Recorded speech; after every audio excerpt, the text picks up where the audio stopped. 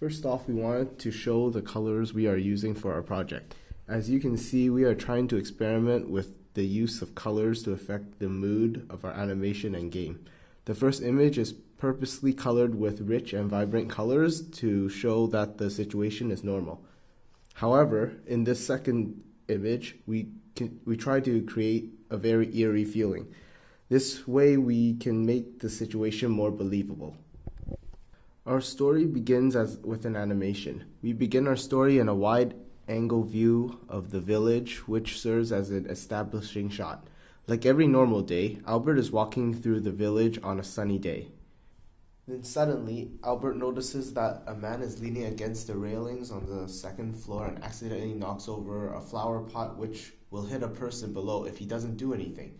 Albert immediately releases his magic to destroy the flower pot so that the person below wouldn't get hurt. Boom! The flower pot is successfully destroyed. But the magic that he used was too powerful. It starts to disperse and causes a fire in the village. Due to the immense magic power released, Albert's sleeves begin to tear. Albert begins to feel the pain surging through his body as he clutches his arms. He looks at his arms and notices that they are beginning to morph. Oh no, why is this happening? His arms begin to emit a dark aura around them. We move into a first-person point of view because we are trying to clearly show what has just happened to Albert. Albert is in disbelief. He takes a closer look at his arms. His arms no longer look human. He starts to panic and wonder, is this really happening? What is going on? After some time, Albert is able to regain control once again due to the completion of the transformation of his arms. He looks up and notices the villagers are all standing in front of him, keeping their distance. Albert can feel the fear rushing through everyone's veins, including his own. He begins to hear people talking. From whispers to shouting, he can see them tremble as they yell, "Monster, get away from our village! Go away!" Albert runs away as fast as he can as he is chased out of the village by his own kind. His footsteps feel heavy. Thump, thump, thump. They get louder as he continues to run. Suddenly, he wakes up. It was just a nightmare of his past, he thinks as he is still trembling uncomfortably. To relieve himself from the stressful dream, he steps outside to try to become collected once again. He looks toward the village and notices a lot of smoke ascending. This immediately gives Albert a gut feeling that the village is in danger. Albert begins to rush through the forest to make his way towards the village.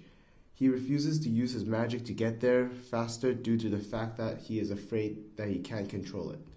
Here we have another establishing shot of the village entrance. Albert sees that the villagers are gathered outside the city yelling, "No, our village!" Suddenly, he overhears someone say, "The magic engine is out of control. How can we stop it?" Without further ado, Albert rushes towards and enters the village without any fear as he is determined to save the village. Here is where our interactive game begins. There are a few routes that the player can take, but the ending is ultimately the same. You run through the village and immediately you notice that the whole village is burning. As you move forward, there are 3 paths. However, all of them are blocked off by fire. Now you are interrupted by a cutscene as you approach the paths. Albert stops and begins to concentrate. He releases some of his power and his arms begin to gain an aura. After this cutscene, the player is able to use magic spells. The player chooses the center path and advances by shooting water at the fire to eliminate it. The player continues to advance towards the center of the village. Another cutscene will trigger to show a boulder falling. As it lands on the floor, this will show the end of the cutscene. This will hint to players that the buildings are falling apart. As you make your way towards the tower, you notice that boulders are falling and you begin to dodge them. Oh no, you got hit by one of them, and you notice you lose some health. Along the way, you find out that people are yelling for help. You use your gravitational spell to lift the rock to free the villager. The villager approaches you and gives you an item. The item can vary from health potions to a time capsule, which extends the amount of time you have to complete the game.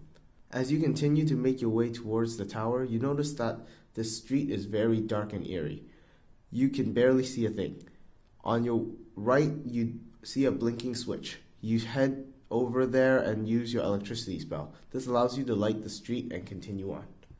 Finally, after many different routes, you arrive at the entrance of the tower. A short cutscene triggers as you look straight up towards the top of the tower where you must proceed to. Continuing the cutscene, Albert moves towards the entrance, which is blocked by the collapsing material.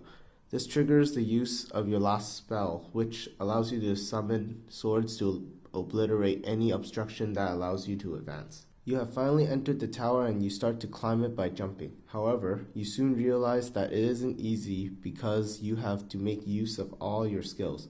While desperately trying to reach the top, you are forced to use your water spells to clear your path while worrying about dodging the crumbling pieces of the tower that are falling down. Finally, you reach the top of the tower, which marks the end of the interactive part. Albert quickly holds out his hands and approaches the magic engine. Suddenly, he hesitates. He begins to stare at the engine with doubt. What if he causes a bigger problem?